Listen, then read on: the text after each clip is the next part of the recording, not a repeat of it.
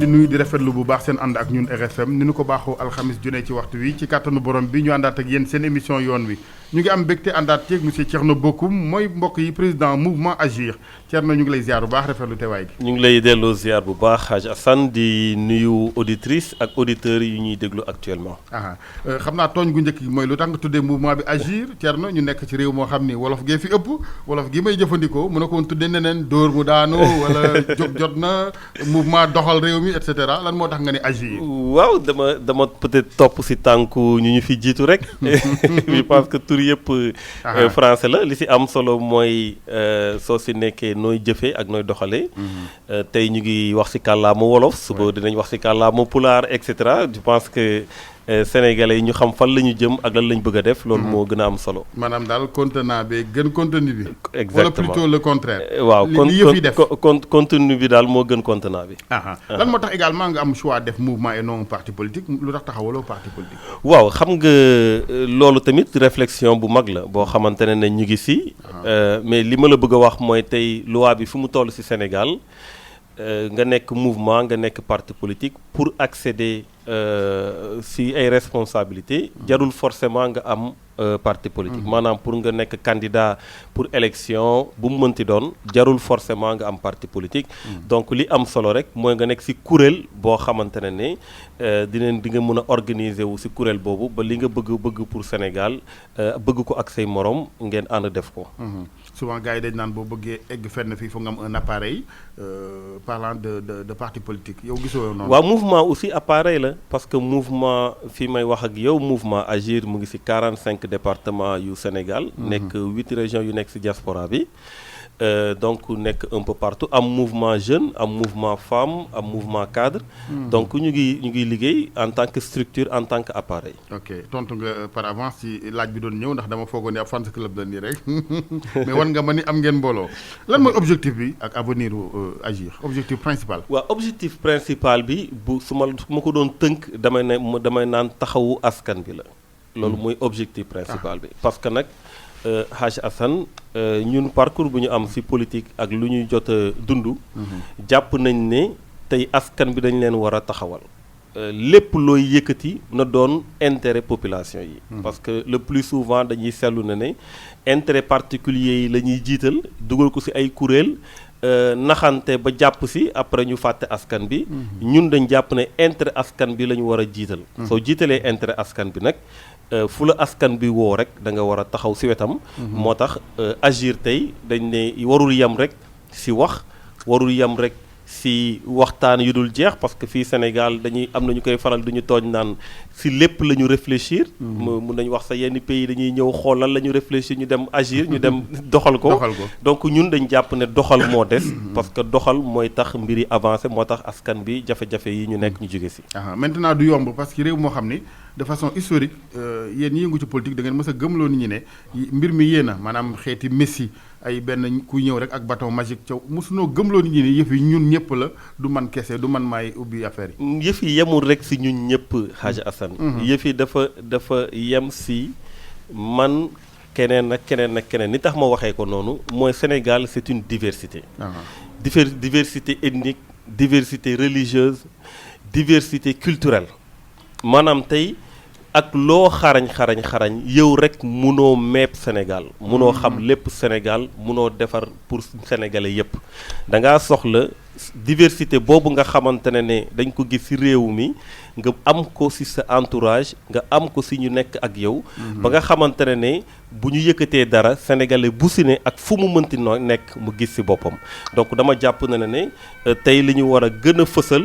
mooy Sénégal du benn côté du benn boor.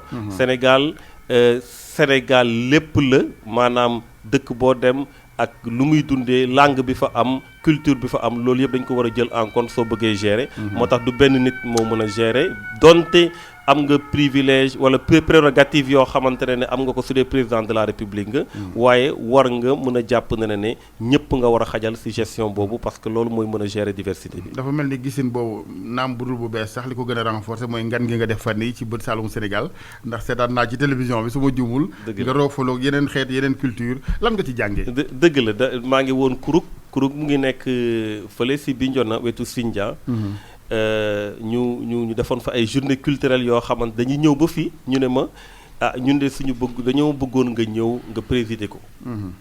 ñu sax daal di may yokkal si sama sant Bokum yokk si Sané muy Thierno Bokum Sané. waaw loolu li ma gëm la li ma gëm la. xam nga tey soo demee Casamance wala nga dem Fouta wala nga dem Sénégal oriental bi nga dem foo xamante ne sori na Dakar. da fay gis leneen lu wute ak li ngay faral di gis. si pecc mi. si culture bi si waxin bi si colin bi.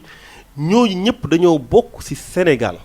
moo tax dama gëm na ne pour ñu mën a doxal Sénégal il faut que ku ci ne li mu gëm ak li mu nekk nga gën ko ci jàppale mu doon parce que diversité du doon loo xamante ne luy wàññi la diversité c'est une force donc loolu la ñu war a dooleel ci anam bu ne donc dama gëm na ne tey ñu nekk Casamance ñu nekk Fouta ñu nekk feneen ak feneen am lu ñu gëm am culture am et cetera dañ leen war a jàppale dañ leen war a taxawu ci loo xamante ne ci lañ nekk. am na ñu doon wax sax concernant Casamance ci wëru jàmm gi ne culture mën na doon luy indi jàmm bu fekkee ni wéer nañ ko ci wàllu culture. waaw man dama jàpp ne yëg bi surtout. yëg bi ak boole. xam nga ñoo xamante ne bu ñu fàtte ne ñun dañu am nation boo xamante ne dafa ñëw après l'État. maanaam tubaab bi ñoom ñoo tracé nañu yéen fii moo seen territoire yem kii ñii fii la seen territoire yem léegi nag ba ñu joxee indépendance ñu bañ bëgg boor a nag dajaloo nag ne comme ay la yéwén defal nañ territoire yi ba pare nañu fexe dund comme nation. maanaam ñoo xamante ñoo bokk ndey ak baay. loolu su amee nag doo xeebal kenn daraam. da ngay xool nit ñi ku si ne fi nga nekk. nga jàppale ko ci lu mu nekk nga fullaal ko ba nga xamante ne day boole boppam ci lépp. donc dama jàpp ne tey jàmm Casamance ak jàmm feneen ak feneen. mooy d'abord ku ci ne lu mu nekk nga fullaal ko. mooy respect boobu mooy boole bi mooy fexe ba ñoom. ak ñeneen ñu bokk ci Sénégal. je pense que loolu d'abord doon na lu am solo pour jàmm am Casamance. malheureusement de façon classique ni ñuy defee politique Sénégal bu campagne électorale jotee yëg boobu nga xam dañu koy gis moom damay gis ñii di génn ci néegu ñax ñi ci village yeeg dem ci askan yi fanaan ak ñoom mais bu falu jotee rek ak parti ñëw. waaw xam nga loolu aussi c'est vrai dafay am parfois mais dama jàpp ne en dehors appareil parti comme ni nga ko waxee en dehors. Candidature yi ak ñoo xamante ne dañuy nekk président de la République et cetera. dafa am une société à gérer maanaam mooy nation bi ma lay wax. xam nga nation dañuy wax c'est la commune volonté de vivre ensemble. maanaam ma bëgg ñu ànd pour dund ensemble. dund bu ensemble boobu nag dafa mel ni rek tey France soo gisee problème mu voile yu am problème mu yeneen ak immigration beeg kërëb am na ñoo xam ne dañuy bëgg a dund ba seen maam nekkoon am ñu leen ne déedéet loolu changé na. parce que léegi France du français yi rek ñoo fa nekk. am na nit ñu ñuul am na ay arabe et cetera melting pot la. léegi nan la ñuy def ba dund ci melting pot boobu ñun tamit. nañ jàpp ne bien que couleur peau bi benn la ñu ñëpp ay nit ñu ñuul lañu waaye genre melting pot la aussi soo koy xool ci aada. soo koy xool ci diine. soo koy xool ci anam bu ne. donc il faut que ñu jël loolu yëpp en compte minorité yi ñu gën leen a xajal gën leen a yaatal ba nga xamante ne képp kuy dund Sénégal day gis boppam ci gouvernement Sénégal nu muy doxalee politique ak gouvernement bu mënti doon. gouvernement bi fi ne ak kii ne ca bopp ba di président Sall pourtant ñoom noonu la ñuy wax ni noonu la ñuy doxalee un Sénégal pour tous. yow gëm nga ko. waaw nañ ko gën a yaatal xam nga mbirum diine aada xeet et cetera. lu ñu si mën a wax rek mooy ñu gën ko yaatal rek nañu gën a yaatal nañu gën a boole nit ñi nañu gën a fexe ba sénégalais bu si ne fu mu mënti nekk. mu sentir ne sénégalais la. te boole nañ ko si Sénégal. très bien mouvement Agir fan la faree Thierno Bocoum ci arène politique bi dinañ gis ay alliance gis ay Benno Bokk Yaakaar fii waa Front Ñoo Lànk FRD et cetera yow yéen fan ngeen taxawee. ñu ngi si opposition bi maanaam lu ñuy wax ñu ngi ci opposition bi ñu ngi jàkkaarloo ak président Macky Sall. c'est un peu vague dafa yaatu ci naka ngeen nekk. waaw ñu ngi ci opposition bi bokk nañ ci front bu ñuy wax front FRN. boo xamante ne front de résistance nationale. bi nga xamante ne daanaka membre opposition bi yëpp la dajale donc ñu ngi foofu. ñu ngi aussi nekk ci suñu kuréel maanaam di liggéey. pour di def nekk une force de proposition mais également nekk une force d'opposition moo tax combat boo leen gis rek dañ siy dugal suñu loxo en termes de proposition et en termes d'opposition. combat moom gars yi nee nañ amatu leen ko opposition bi am na ñu leen tuumaal ni maanaam xam naa tukulóor bi laay waxal mais ndax xam nga fourne bu gëmm maanaam dañu mel ni opposition bi dafa gëmm am na ñu ko wax. waaw xam nga loolu tamit ku si ne ak ni nga mën a seetloo mbir yi. dama jàpp ne li am solo mooy d'abord ñu xam ne opposition moom diversité la. diversité la wax naa ko sànq si peuple Sénégal waaye aussi si opposition laa koy wax. soo ne opposition bi dajale leen comme si dañoo bokk ñoom ñëpp si benn kuréel ne nii la ñuy defandoo wala lii la ñuy defandoo. day doon lu compliqué da ngay gën a dem ba si biir. dem ba si biir mooy xam ne ñii dañ jàpp ne lii mooy yoon bu ñu war a jaar. ñu war leen ko nangul. ñeneen jàpp ne beneen yoon la ñu war a jaar ñu bañ leen ko nangul ñu war leen ko nangul. li ma bëgg a wax foofu rek mooy tey dañu toll foo xamante ne ay combat dafa taxaw suñu kanam ku si ne mu am si choix. et pour man choix benn nit wala choix ñaari nit. waruñu ko def comme choix wu ñëpp. su dee am na ñu ne jàpp nañ ne ñoom waruñu wax si mbir yi. loolu seen choix la am na ñoo xamante dañ jàpp ne war nañ si wax loolu tamit seen choix la. mais bu ñu joxante ay leçons. ni tax ma wax loolu mooy que ne ku si ne am na combat boo nekk tey démb beneen combat amoon na sa morom nekk si te nekkoo si woon. donc ku si ne na xam ne lii laa jàpp tey nii laa koy defee keneen jàpp ne lii laa jàpp neneen laa koy defee. je pense qu'il faut qu'on se respecte dans l'opposition. maintenant li si des Sénégalais yi ñooy àtte. ñoom ñooy xool xam nan la ñi taxawee ndax d'accord nañu si wala d'accorduñu si. loolu su boobaa ñoom ñoo koy àtte. am na yenn xeetu xibaar yoo xam ne mën na yàq ànd quand on parle de soupçon de deal mu am mu bañ a am yooyu day yàq ànd. gëm naa ne day yàq ànd aussi. xam nga pour man tey lépp loo xamante ne lu leer la nañ ko teg ci table bi. diw mu ngi def lii dañuy wax lan ak lan la def fan la ko defee ak nan la ko defee. indi ay fait. waaw indi ay fait waaw pour man daal lépp loo xamante ne dafa jëm ci am na luy am et cetera te teguñu firnde yi. man loolu mënuma ci wax. waaw mais su dee firnde am na ñu ne firnde yi lii la. su boobaa ku ci ne mën na ne ci firnde yi lii laa ci xalaat. waaw mais jàpp naa ne ku ci ne ci ñun am nga au moins benn rôle boo xam ne sénégalais ñu ngi koy xaar ci yow. mooy li nga déclaré ne opposant nga jàkkaarloo ak ñi fi nekk en termes de proposition. et en termes d'opposition. ok ci wàllu terme d'opposition bi moom Thierno gis nañ beneen Thierno fan yi ci bi nu jàppee Guy Marius Sagna que nga jàppante bon wala alkaati yàlla mépp nar a yóbbu ñu gisoon Thierno Bocoum boo xam ne ci force de proposition xalaat macha allah la ràññi ko woon mbaa du ci diggante bi da nga entraîné ne Macky mii ma gis daal dafa ñu bëgg indil jaay doole. waaw non du sax loolu dara changé wul. xam nga yàlla def na ñun ba ñu duggee politique ba léegi. daanaka dama koy faral toujours di wax ni nit. su dee da nga entouré wu ak ay principes ak ay valeurs pour nga changer ak situation bu mu mënti doon day jafe. parce que xam nga fan nga jëm xam nga lan nga bëgg. loolu moo leer d'abord ci ñun. bu ñu fàtte ne ba ñu demee doon wote lu ñuy wax parrainage bi. bokkoon na ci membre opposition yu fanaan commissariat central maa ngi fi woon. pourtant dañu interdire woon marché boobu. mais dañu demoon bëri woon nañu dem ñu jàpp ñu ñi ñu dugal leen fii ñi ñu dugal leen fële.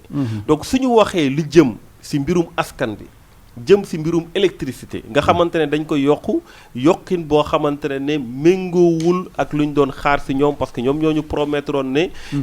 dafay wàññeeku ba sax soo moytul dañuy jaay électricité. feneen courant bi feneen voilà. donc suñ demee ba wax loolu tey ñu nekk di ko yokku jaaduwul. donc ni ma defee woon ci parrainage bi nga xamante ne mën nañ jàpp ne presque homme politique yeeg yooyu ñu la concerné. noonu laa ko war a mën a defee pour askan bi. looloo tax sama tànku démb boobu ma indiwaat ko tey ci mbirum principe parce que jàpp naa ne. loolu lu ñu war a manifester la maintenant nguur dafa war a xam ne tey. pays boo mënti doon ak fu mu mënti doon amul lu ñu siy empêcher pour manifester à moins que mu am ay débordement wala mu am loo xamante ne tax na nga mën a dellu ginnaaw damay jox exemple bu ndaw soo demee tey lu mel ni France début manifestation yi amul woon benn problème ba ñu demee ba mu commencé am ay cas lañ commencé interdire na yenn bërëb yi dootuñu fi manifester waa léegi nañ ma wax kañ la ñu mës a autoriser manifestation opposition bi ba rek mu am casse wala débordement wala quoi que soit musul nekk. Donc je pense que expression démocratique la. Marche ak sitting ak mobilisation dox ñaxtu moo gën fuuf saaga. moo gën fuuf wax lu ñaaw. moo gën fuuf sànni ay xeer moo gën fuuf tàlp na. Donc je pense que expression démocratique la nit nag mënoo ko ne dinaa la teg li ma bëgg. waaye yow doo yëngatu doo wax doo manifester doo exprimer wu loolu aussi dañ koy war a daw ci démocratie. souvent ñoom kilifa yi dañ naan bay allez-y. waaw surtout que ma daaneel foofu surtout que ñi koy def dama koy faral di wax j'ai beaucoup de respect pour les autorités administratives. Territoriales surtout mais ñi yokk mbir yi ñooy tere manifester yi. maanaam tey préfet bi. Ministre de l'Intérieur moo nekk ci kawam. moom moo koy jox injonction ministre de l'Intérieur président moo ko fi teg ñoom ñëpp ñu ngi siégé ci comité directeur xawma seen comité boobu bu APR. ñoom seen bopp ñoo jël décision wu yokk courant bi donc ñu ko yokk ba mu metti loolu ci askan bi war a génne d'accorduñu ñooñu tamit ñoo jugaat ne doo leen fi manifester.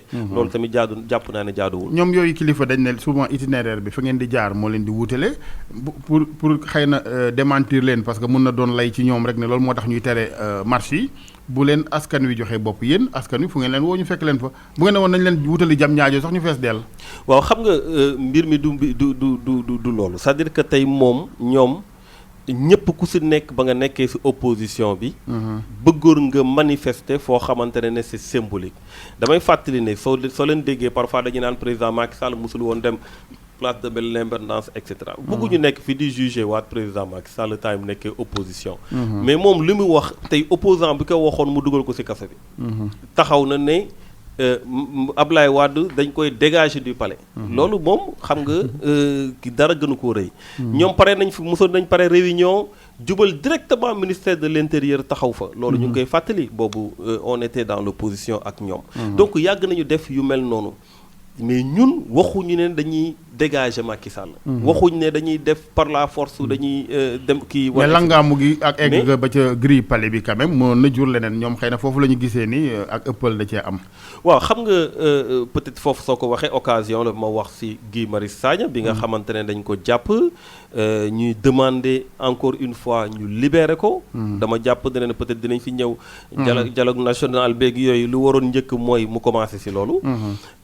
Mais fondamentalement man li ñoom Guy Marius def ñoom Babacar Diop def ko dem ci grille palais yi pour man nit soo ko waxee ne ko d'accorduma walla nga wax ak moom déggu la parfois am na nooy def pour mu gën la mën a dégg waaye lu waruñu mën a xool ndax dañu demee palais waaw ba ñu dem palais nan la ñu def est-ce que dañoo mobiliser ay centaines de personnes dem palais est-ce que dañoo yoroon ay armes est-ce que dañoo amoon taxawaay boo xamante ne danger mënoon na ci am c'était symbolique. maanaam taxaw foo xamante ne seen kër la palais de la République la taxaw fa. je pense que loolu tey forme de manifestation la boo xamante ne jarul woon ñu jël nit ki dugal ko kaso yóbbu ko instruction. parce que quand même loolu flagrant délit la da ngay dem juger ko mu jeex waaye jël ko defal dossier d'instruction jox ko juge d'instruction bàyyi ko ci kaso bi. je pense que loolu ëpp na ci réew moo xamante ne démocratie la. léegi fu ngeen toll ci xeex bi pour libération Guy Marius Sagna da ngeen ko fas yéene lawal da ngeen di wàcc jëfante gars yi wala dañuy bàyyi rek ñu koy def ci réseaux sociaux yi. non xeex bi moom mu ngi continuer parce que dama jàpp ne tey wax naa ko émission bi ma nekk xeex forme xeex la pour wax ne d'accord ñu ci le fait que ñu jàpp ko manifestation yi ñu woote yépp tamit ñu ngi ciy dem parce que jàpp nañ ne normalul ku mel ni Guy Marius Sagna ba léegi nii ñu téye ko moom ak ñeneen am na yeneen ñaar wala ñett yoo xamante ne ñu ngi fa ak moom. jàpp nañ ne jaaduwul ñu téye leen kaso ci acte boobu ñu def nga xam ne c'était un acte juste symbolique. kenn mënul tey wax ne ba ñuy ñëw indi nañu ay armes wala ba ñuy ñëw am nañ intention dugg ci palais bi. wala am nañ intention dem fekk Macky Sall bureau wala et cetera loolu yëpp amu ci. donc je pense que ne d'ailleurs ñu àndaloon bàyyi nañ ci ñu bari je pense que même cause yi war na mën a produire les mêmes effets. même effets yi bu weesoo dajaloo yeeg yooyu lan nga gis comme formule pour que évidemment ñu egg ci libération gi lan mooy prochaine étape bi xeex bi. waaw non xam nga xeex bi moom du mënul jeex c'est-à-dire que tey manifestation yi ak casse bi ak expression démocratique loolu rek moo fi am leneen amu fi. parce que du ñu dem force ji palais ba wala dem ibbi prison yi waaw ibbi kaso yi loolu mënul nekk. mais jàpp naa ne réew mel ni démocratie. am na yoon yu la constitution may pour nga exprimer sa désaccord donc ñu ngi koy exprimer ci façon bu ñu constitution may. jàpp nañ ne président de la république dina. Vraiment xoolaat lu muy def par rapport ak nu muy gérer loolu. ba nga xamante ne Guy Marius Sagna dinañ ko bàyyi. ci wàllu yëgoo gi aussi xam naa di ngeen réfléchir de façon profonde ci naka ngeen def ba fédéré ñoo ñëpp ànd ak yéen ca àndunu ak nguur gii fi ne léeg-léeg ñu gis fa mbooloo wala mbooloo mu bari sax Colobane tout dépend de rendez-vous yi mais dañuy gis souvent ngeen di ŋaañi ñi ñëwul mais ñi ñëwul yéen leen war a convaincre ndax ab ànd nag daa war a naturel nag ànd du force. waaw xam nga manifestation buy am vendredi. nga xamante ne sénégalais yi ñu ngi liggéey ñii ñu ngi nekk seen soxla même su amoon samedi sax wala dimanche sénégalais yëpp mënuñoo génn amul benn réew boo xamante ne si yenn revendication dañu ne population bi yëpp ñoo génn. mais baromètre bi nekkul si ñu génn baromètre bi da nga koy xool si ñi ngay waxal si kër yi. tey amul benn sénégalais si li ma gëm bokk. xanaa nga ànd ak nguur gi bu d'accord si problème su amee. si gestion wu état bi maanaam am nañ problème mu koppar. ñu dem fëgg ci poche góorgóorlu yi loolu yaakaaruma ne am na sénégalais bu ci d'accord donc combat la boo xam ne gëm naa ne sénégalais yi ànd nañ ci maintenant génn bi loolu laa la wax léegi am na ñoo xamante ne du ñu mën a dem parce que dañu nekk seen liggéey ñeneen dañu nekk ci leneen wala am na ñoo xam ne tal nañ leneen lu dul génn di manifester waaye dama lay rappeler ne jox naa la sànq exemple France ne la mbirum bi gilet jaune yi ba muy toll ci seen digg-dëgg sur toute la France mu rombul woon 100 000 personnes yu génn alors que France c'est plus de 60 millions de personnes yoo xamante ne te pourtant ñoom lu ñuy kaas ba ñu defee sondage yi plus de 70% français yi d'accord nañu moom ñoom suñu mais gisuñu leen ci tali bi wa génnuñu donc nit ñi dañuy ñàkk d'accord nekk seen kër nekk seen bureau nekk seen feneen ak feneen du forcément dañuy génn ci mbedd mi pour xeex mais ba loolu amee président Macron mais dafa changé waat lépp bien que am na programme am na lépp dafa dem wuri waat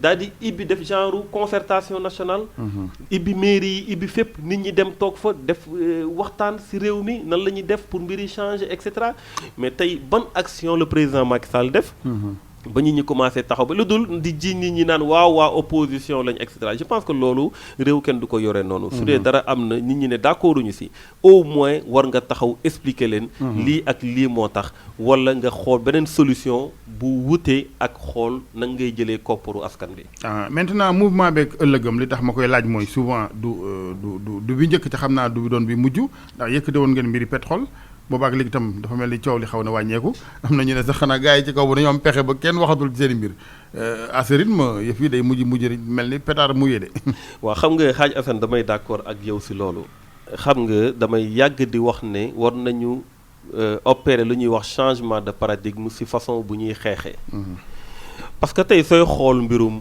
pétrole beeg mbirum gaz bi ba léegi c'est d'actualité ba léegi mbir yi lu ñu bëggoon mu leerul waaye soo ñëwoon tey bind ci sa page Facebook wala nga ñëw ne wax ci mbirum loolu soo moytul sax di nga am ñu ne sëñ bi yow yàgg nga de yow loolu kañ la loolu dépassé maanaam boog parfois combat yi dañ koy def yëfu xale dañ ma baal ci kàddu gi mais dañ koy xalewee jël ay slogan yoo xamante ne finalement day mel ni fecc bu bees après mu xewi ñu jàllaat ci leneen je pense que loolu bokkul ak loo xamante ne lu méngoo ak combat bu sérieux la il faut que ñu xoolaat façon bu ñuy combattre parce que su dee lu ñu yëkkati après mu fay ba jeex tàkk maanaam lu ngay wax gëmm sànq mais gëmmul sax daanaka dara amutu fa matt amu fa dara amu fa soo koy wax sax ñu foog na ne yow da ngaa yàgg yëgatoo lu xew am na leneen lu xew mel ni ay wëy yu bees ak fecc yu bees tey ñu ñëw ci électricité bi suñu moytuwul tamit mën na mujjee foofu moo tax il faut que ñu xoolaat beneen façon bu ñuy xeexee bu wutee ak façon traditionnelle bu ñuy def bi nga xamante ne y a beaucoup trop d'émotion te waxtaan bu ñu war a waxtaan ak askan bi explication yi ñu war a jox askan bi ba mu dugg ci ñoom ba vraiment ñu comprendre ne combat bu ñu war a bàyyi la parfois loolu dafay néew loolu est-ce que du yéen wala ñi doon def politique bu njëkk am nañ ci wàll ba sax société civile bi xaw a jël place bi mais nit aussi mën na jël place fekk waajalu ko noonu dafa mel loolu ñu xaw a dal waaw loolu xam nga tamit dugguleet sooy xool mouvement M23 société civile moo si gënoon fës ñoom Alioune Tine ñoo fa nekkoon ñoom Abdou Aziz Diop et cetera ñoo xamante ne ñoo nekkoon si société civile bi ñoo si gënoon fës xam nga combat Sénégal société civile nekk si kanam du lu ñu war a bañ lu ñu war a sax gën a encourager la parce que dafay crédibiliser combat xam nga tey suñ ne PDS moo nekk si kanam wala PASTEF moo nekk si kanam wala Rewmi moo nekk si kanam wala Agir moo nekk si kanam et cetera dina néew ñuy bokk yeneen parti ñëw fekk ci combat parce que dañ naan suñ ci duggee dañuy dooleel diw wala dañuy dooleel diw mais su dee société civile la nga xamante ne laaju ñu poste demuñu élection je pense que ne dina gën a mën a tax ñu mën a boole ñëpp autour des questions essentielles donc loolu du boorul doon lu ñu dàq mais bien que ñu nga fi tudd ñenn ñi ci société civile nga fi woon après dañ leen joxi poste ça loolu mooy jaaxal sénégalais yi parfois waaw loolu tamit problème la xam nga Hadj Assane dañuy waxante aussi Sénégal suñu problème mooy nit ñi dañuy jàpp ne homme politique yi rek ñoo yàq réew mi loolu nag c'est vrai que homme politique yi am nañ ci responsabilité bu mag ndax homme politique moom mooy am légitimité di retrouver au niveau des sphères de décision waaye tamit bëri na ñoo xamante ne dañuy naxante rek ba jàpp ci dara suñ ci xasee ba jàpp fàtte nañu askan bi ñu ngi xool na la ñuy sauvegarder seen intérêt gis nañ ko ci régime Macky Sall ñoo xamante ne dañ taxawoon pour xeexal askan depuis boobu ba léegi ba ñu ñëwee ànd ak président Macky Sall ba léegi déggatoo leen waxatuñu ci mbirum askan bi donc je pense que Sénégal li am solo du homme politique bi wala société civile bi wala keneen ak keneen même tey soo demee sport bi culture bi et cetera am na ñu baax am na ñu bon donc li am solo mooy ñu xool nit ki parcours am jëfam waxam ak loo xamante ne méngoo na ak moom lu muy woote tous les jours ndax mu ngi koy def ou pas je pense que loolu moo am solo moo tax parfois ñun dañoo weex dunk trop waaye problème moom fépp la am mu ngi ci presse bi mu ngi ci société civile mu ngi ci fépp très bien dafay tekki ni da nga ne gars yi maa ngi nii man comme exemple Thierno Bocoum fa ma ne woon juguma fa faut pas faire dans la fine bouche laaj gars yi laaj réew mi waaw Hadj Assane xam nga saabu nag du fóot boppam waaye ñu ngi sant yàlla ci loolu ñu ngi sant yàlla ci suñu parcours Youssou Ndour ne léeg-léeg mu fóot boppam demoon nga keroog ci ses ah bon alors ñu ngi sant yàlla bu baax a baax ci suñu parcours suñu waxu démb ak suñu waxu tey méngoo na suñu jëfu démb ak suñu jëfu tey méngoo na lenn rek moo ko waral wax naa la ko sànq mooy suñu taxawaay depuis ba ñu duggee ci politique ba léegi mooy nan la ñuy def pour taxawu askan bi nan la ñuy war def pour nekk ci wetu population yi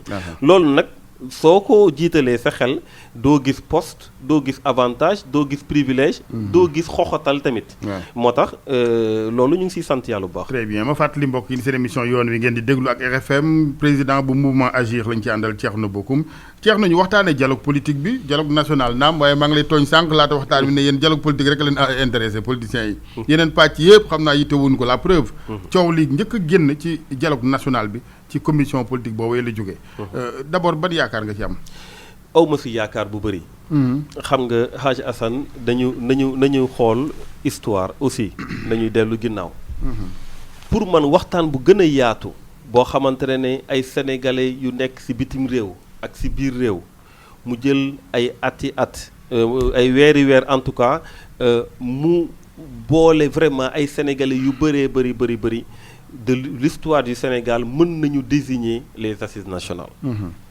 assises nationales yi vraiment assises la yoo xamante ne sénégalais yi dans leur diversité bokk nañu ci muy universitaire muy homme politique muy membre société civile et cetera mais assises nationales yooyu président Macky Sall daf ko signé ne assises yi bu njëkk ba sa ñoom dañ doon wax avec des réserves waaye dama ne même su doon dafa am ay réserves waaw na dindi réserve yi teg fële lu nekkul réserve mu appliqué ko mais appliqué wu ci dara mais koo xamante ne ba nga nekkee opposition nga signé loolu nga néew pouvoir nga xam ne appliqué rek moo des nga ne appliqué woo ko ya ça pose problème nga ne nga bàyyi loolu dem CNRI mooy commission nationale de réforme des institutions ñu jël budget bu toll ci 700 millions jox leen ko ñu liggéey ba mu yemb def document buy jaadu man lire naa document bi vraiment buy yemb parce que nag dañoo inspiré wu ci assise nationale xam nga soo jëlee les mêmes personnes yu composé woon assise yóbbu leen CNRI même résultat ngay am donc daanaka même résultat bi la loolu tamit nu mu defoon ci assise yi rek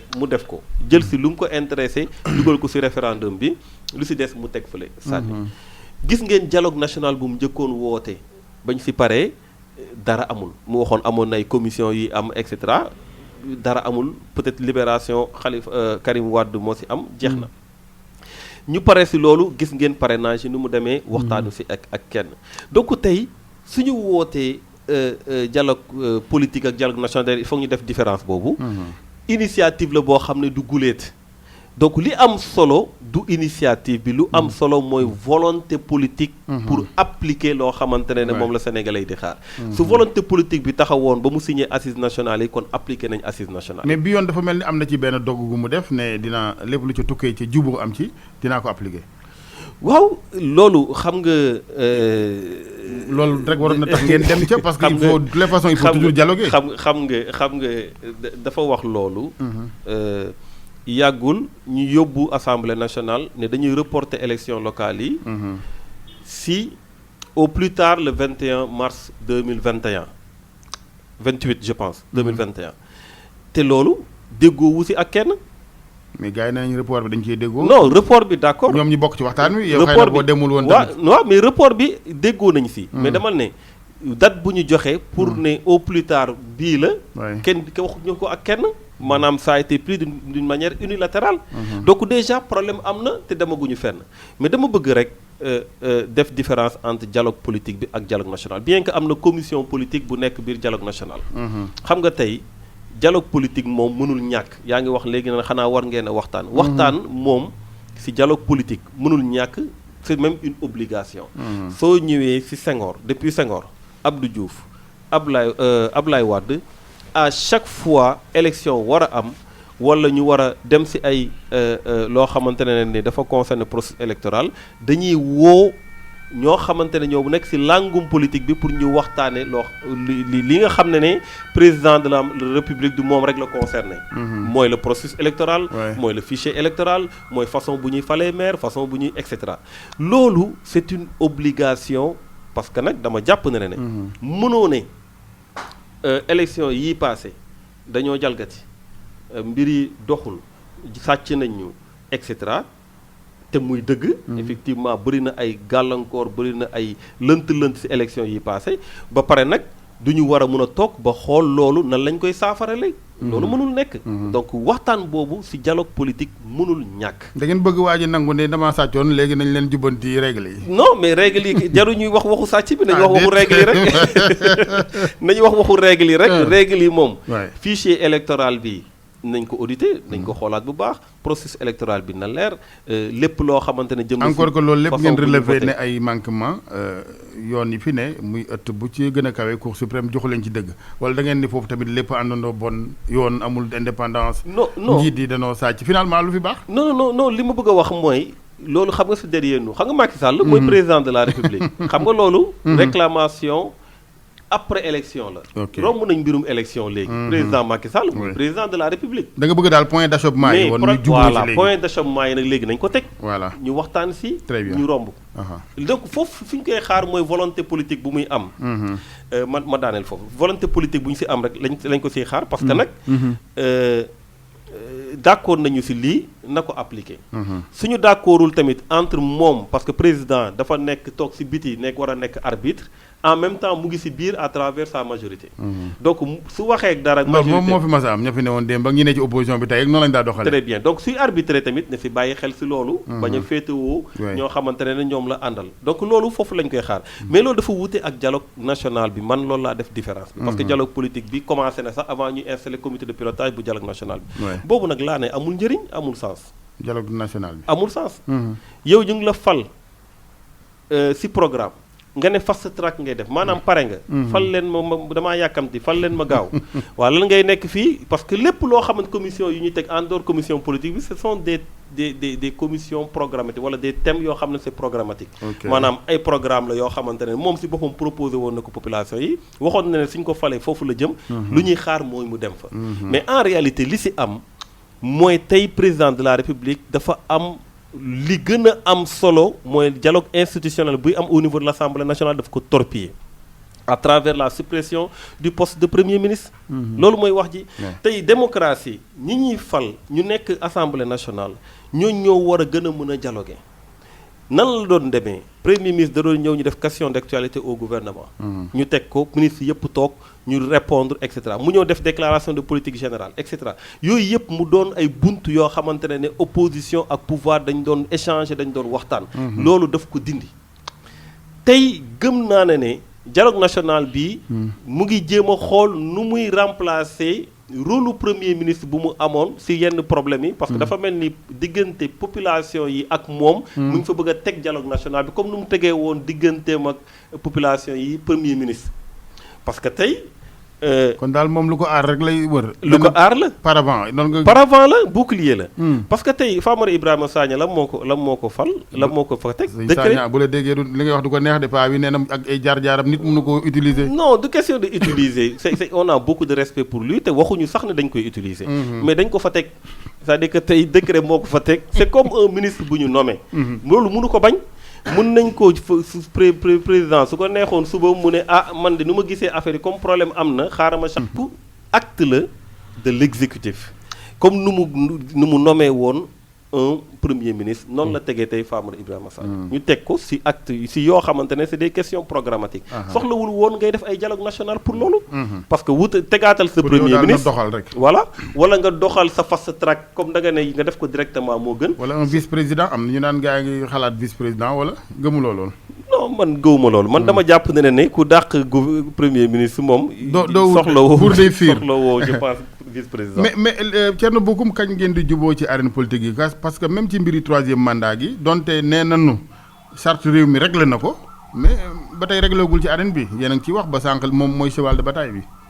waaw yaa ngi ko war rek di dem. waaw troisième mandat bi moom je pense que réglé wu na ba pare je pense que président de la république.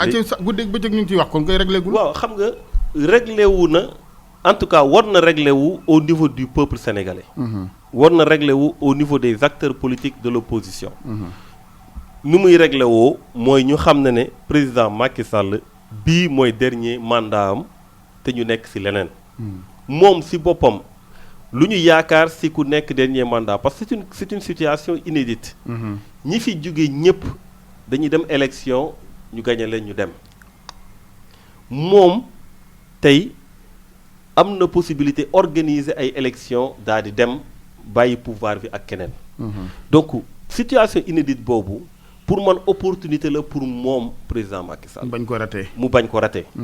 defaraat luñ koy kii yëpp nga xamante ne d'accord ñu ci mu jëm ci justice bi nu mu doxee. assemblée nationale nu muy doxee. askan bi problème yu ñu nekk yooyu yëpp mu taxaw ci surtout problème bu askan bi. nga xamante ne suy dem même su dee def na ay erreur walla sax def ay fautes yu mag. ba mu fi nekkee ci premier mandat bi deuxième mandat bi mu mën a rattraper aussi lu bari foofu lañ koy xaar. mais bi mu doon neexee mooy ngeen may ko jàmm yéen it parce que dafa kenn wóoruwul sa morom ça même bu ko waxoon it yéen toujours da ngeen koy toppee coow li ba keroog 2024.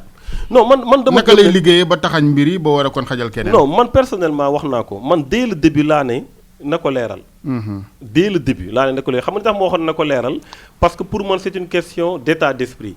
su dee sa état d'esprit mooy damay dem. mën nga def lu gën li nga njëkkoon a def sa premier mandat.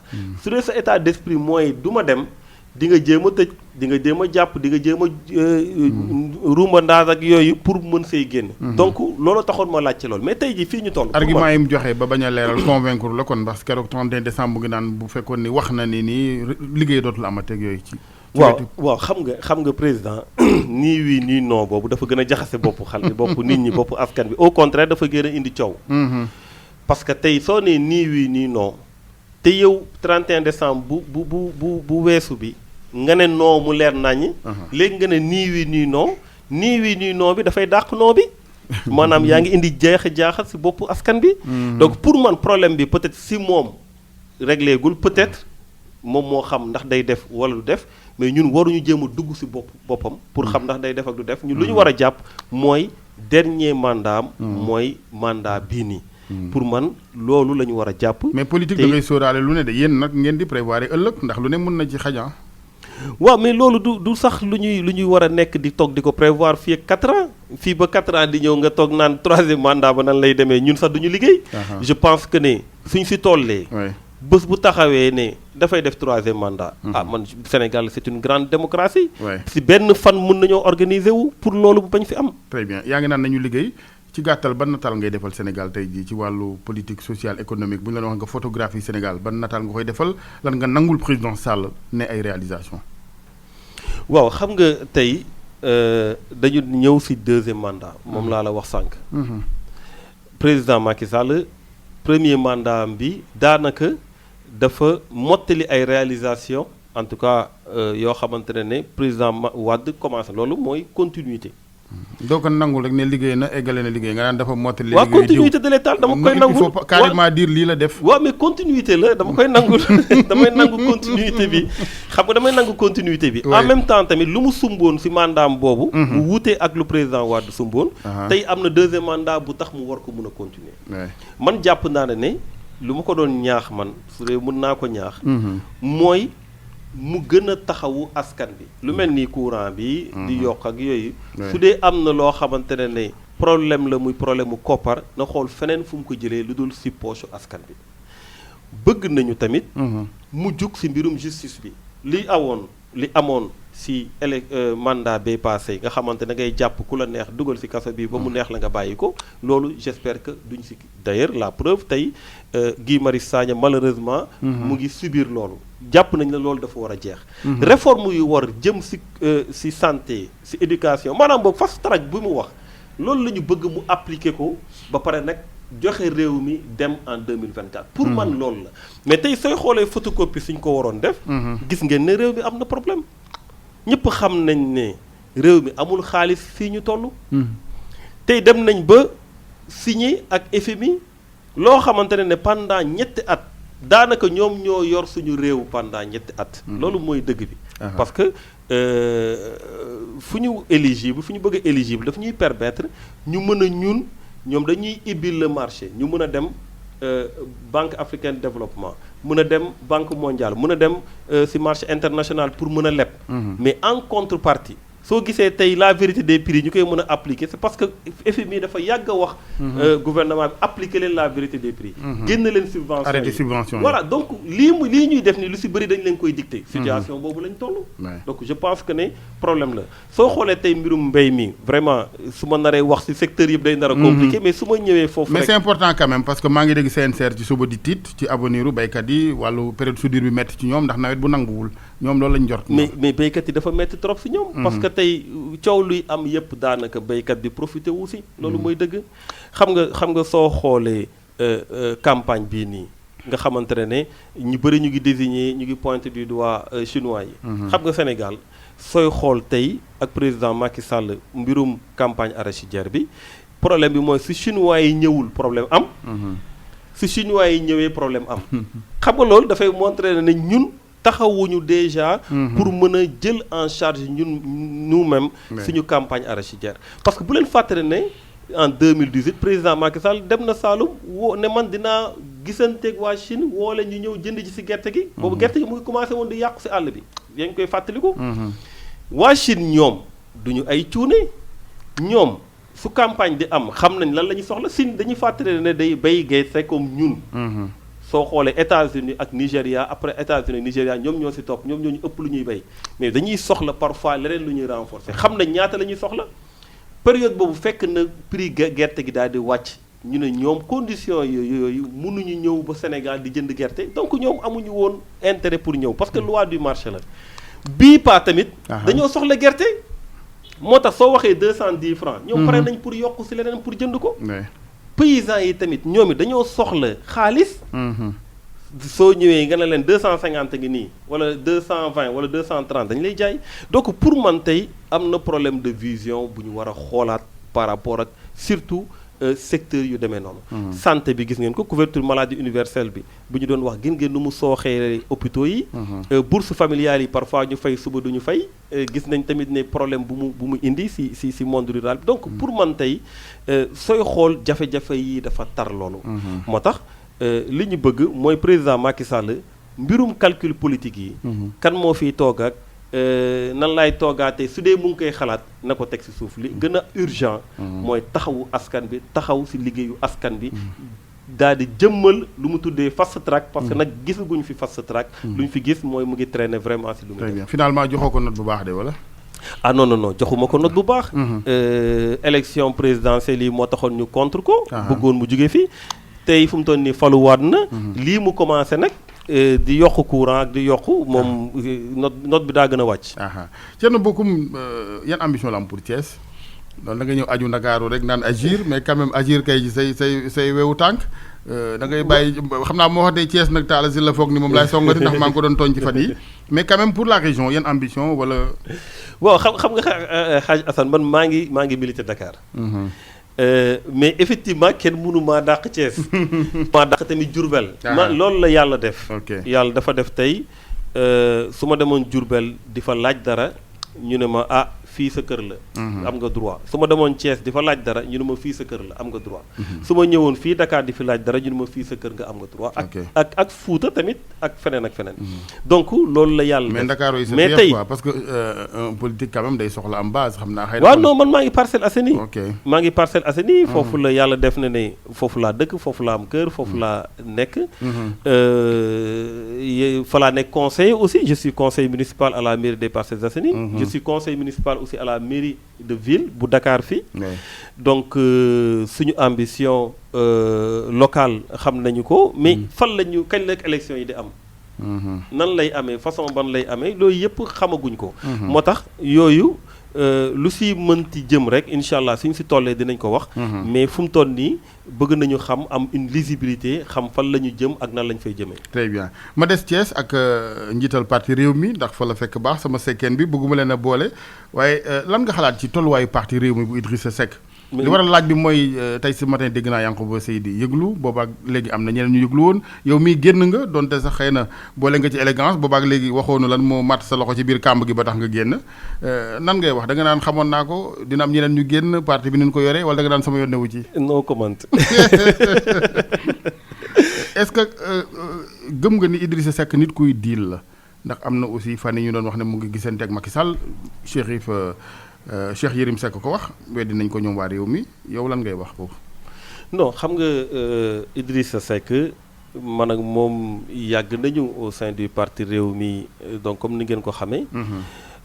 période yi nga xamante ne ay période de silence la bañ a wax et cetera yàgg na loolu du tey. ñun yàgg nañu man maa nekkoon chargé de communication bi yàgg nañu expliquer son silence.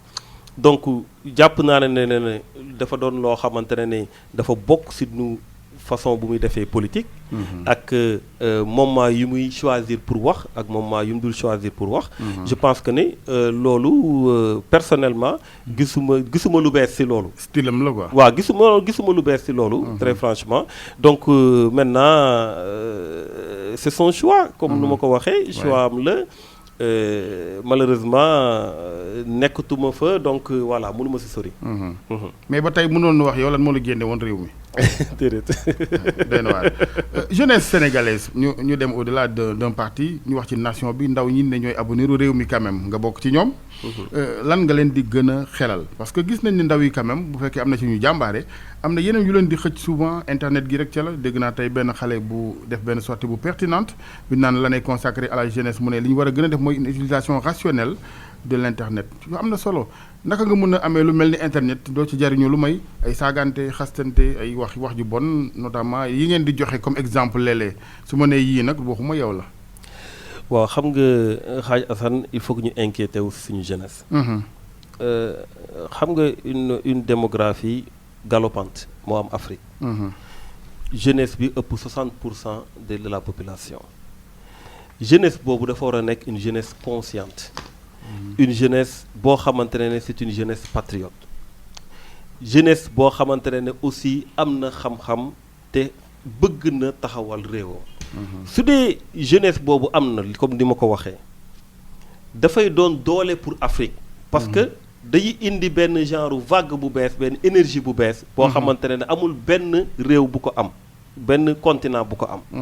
mais malheureusement tey sooy xool safaan ba la ñu commencé di gis. am na jeunesse yoo xamante ne effectivement ñu ngi jàng ñu ngi góorgóorlu et cetera mais ñi si bëri.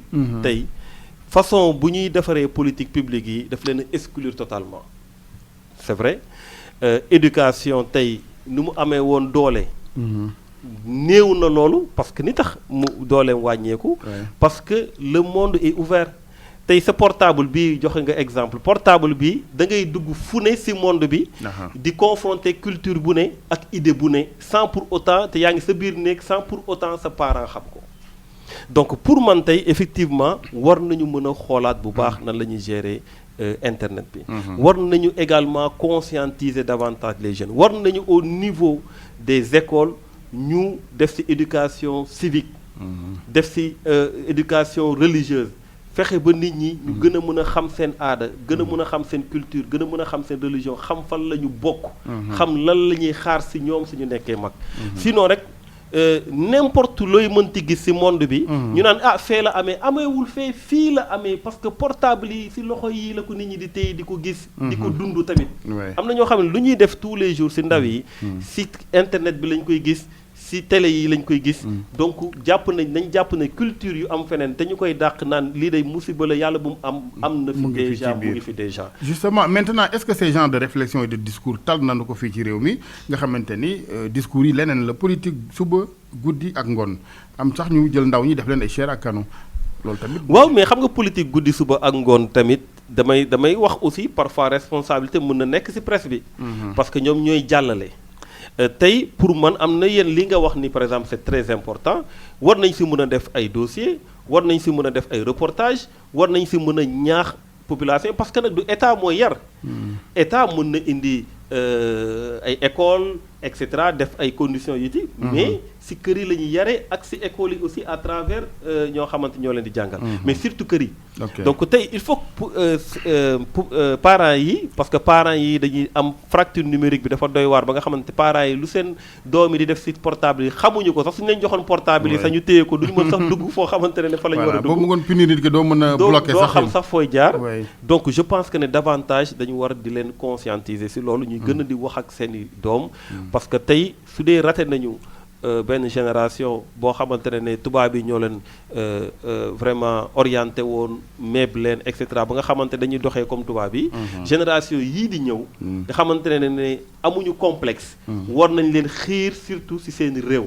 xiir leen ci seen aada. xiir leen ci loo xamante ne moom mooy suñu fierté. ba nga xamante ne ñoom dañuy jël le drapeau de l'Afrique yëgal ko ci kaw pour mën a concurrencer ak ñeneen ñi. je suis tenté de dire que pour nga xiir nit ki il faut que mu ami modèle te xëy na modèle yi ñenn ci ñoom jàngi nañ ca tubaab ya am nañu xam-xam bi waaye dañuy topp rek l'intérêt personnel di wan gune yi exemple yoo xam dañ naan politicien de moom warkat rek la. dëgg la xam nga nag erreur bi mooy chaque fois lépp ci politiciens yi nga koy yóbbuwaat. maa ngi jégalu. mais Hadj Assane. donte du ñëpp aussi modèle bi sax yow sax modèle nga. c'est-à-dire que tey yow dañu lay déglu.